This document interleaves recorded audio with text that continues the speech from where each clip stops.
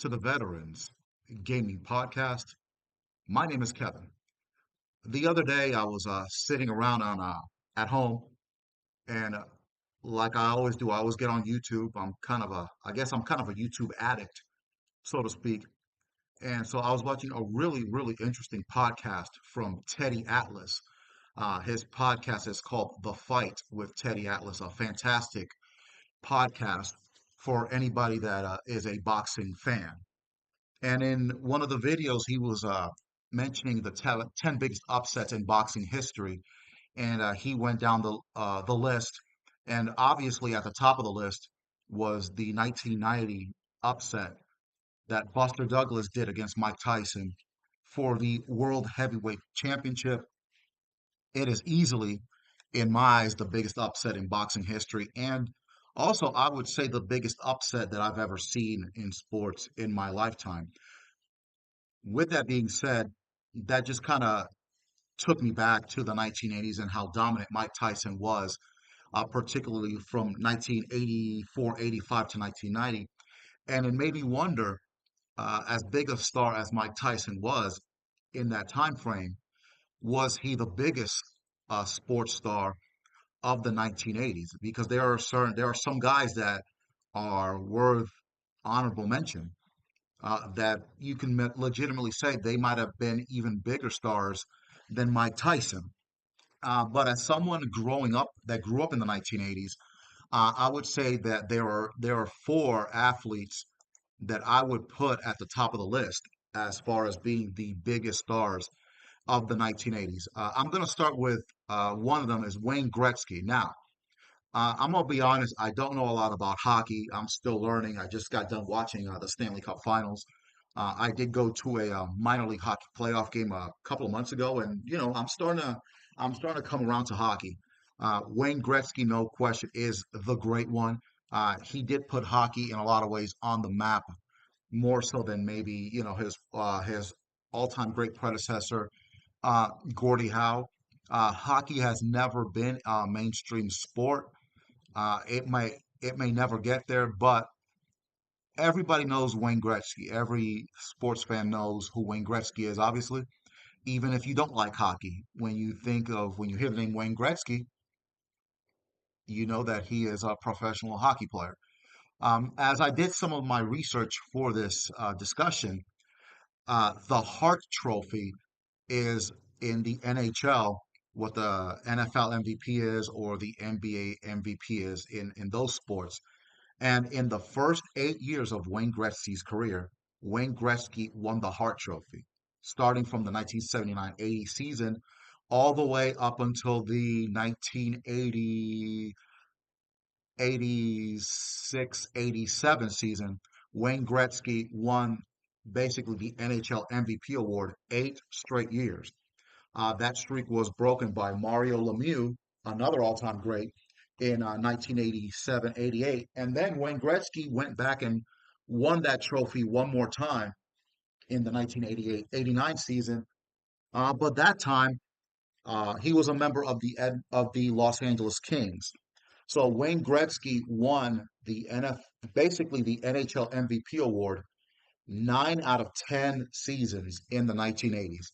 Think of Michael Jordan or Kobe Bryant or LeBron James for the basketball fans out there, winning the NFL MVP award 9 out of 10 years in a decade, including 8 in a row. Or think of a Joe Montana or a Brett Favre or a John Elway or a Patrick Mahomes or in modern times winning the NFL MVP award 9 out of 10 years in a decade. That is exactly what Wayne Gretzky did, and that's something that cannot be taken away from him. And then, of course, you do have the four Stanley Cups in the 1980s. He did win it in 84, 85, and then also in 87 and in 88. He also lost the Stanley Cup Finals in 1983. So, from a winning and from a championship standpoint, also, he won the Conn Smythe Award. The Conn Smythe Trophy is the trophy that is given by the NHL to the most valuable player in the playoffs. Wayne Gretzky won it, I believe, in the 84, 85 playoffs, and I want to say the 87, 88 playoffs, if I'm not mistaken. So Wayne Gretzky's accomplishments speak for themselves. So from a winning and from a championship standpoint, Wayne Gretzky has a legitimate claim to being the biggest star of the 1980s. Uh, the argument against that is that hockey still, even at that time, and same thing with now, you can say that hockey's not a mainstream sport.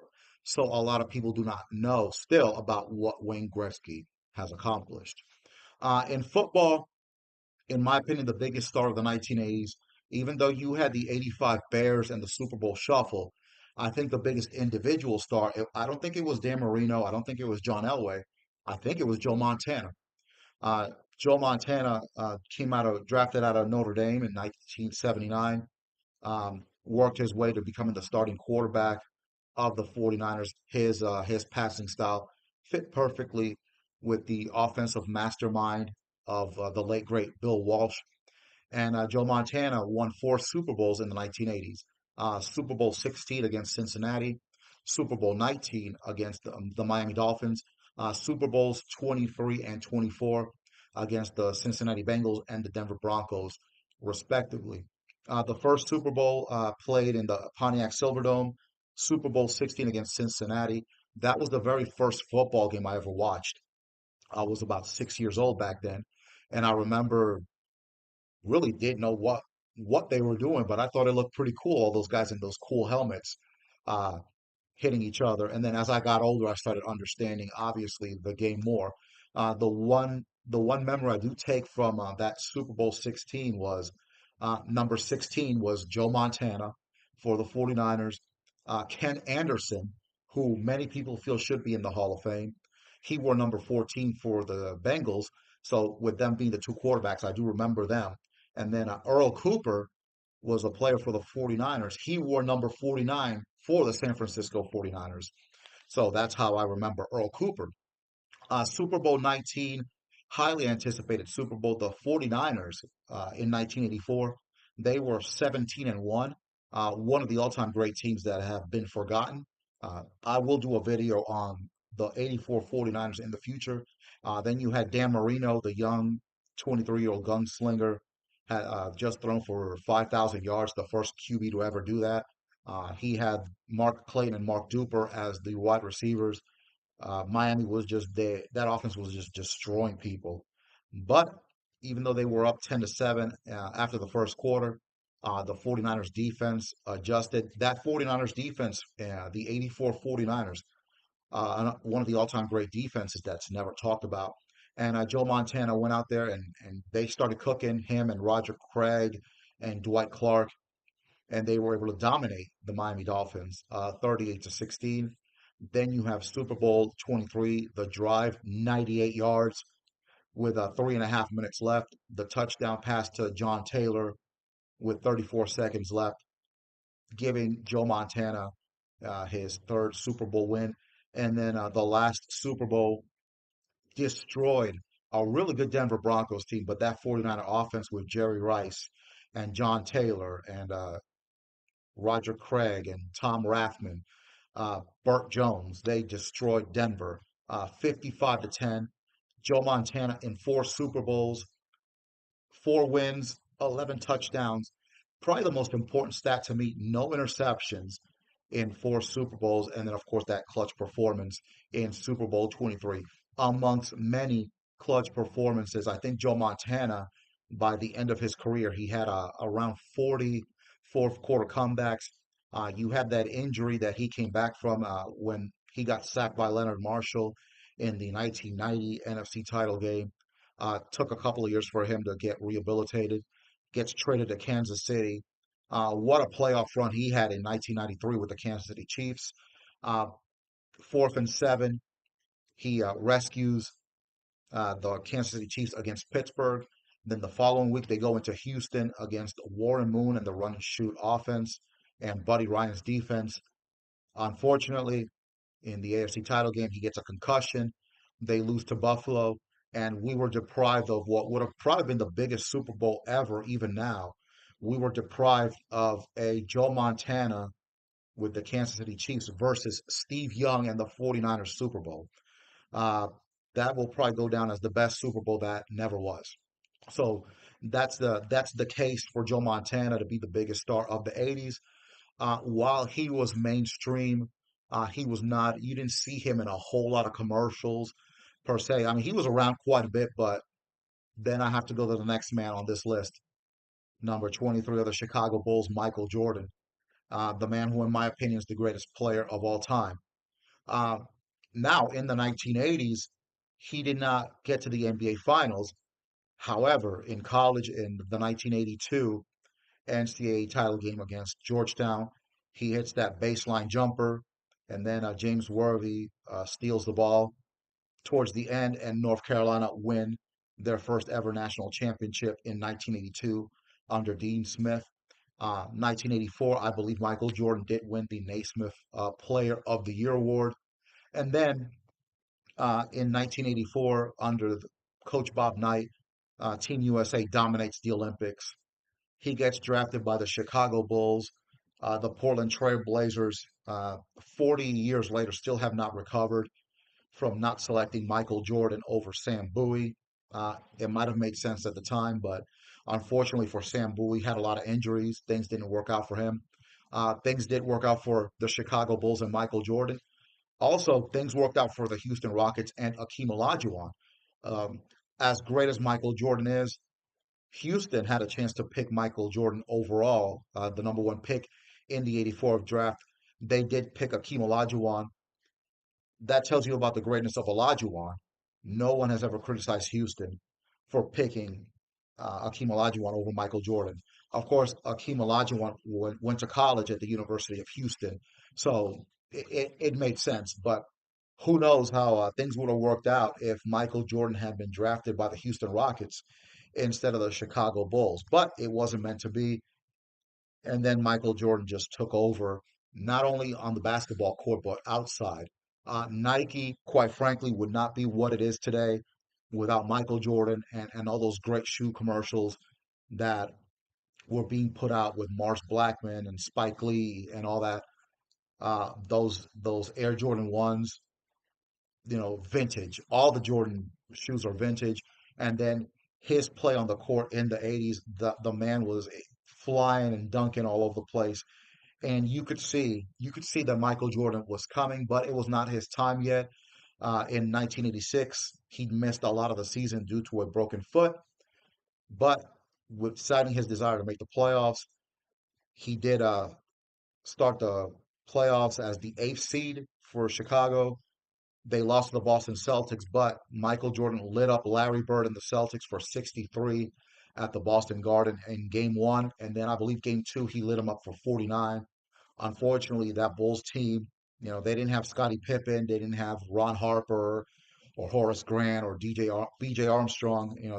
They had Kyle Macy, they had Dave Corzine, players that were not yet at the level needed to get the Chicago Bulls over the hump. Michael Jordan did win the MVP award in the 1987-88 season, and I mean, you knew he was coming. You knew it was just a matter of time.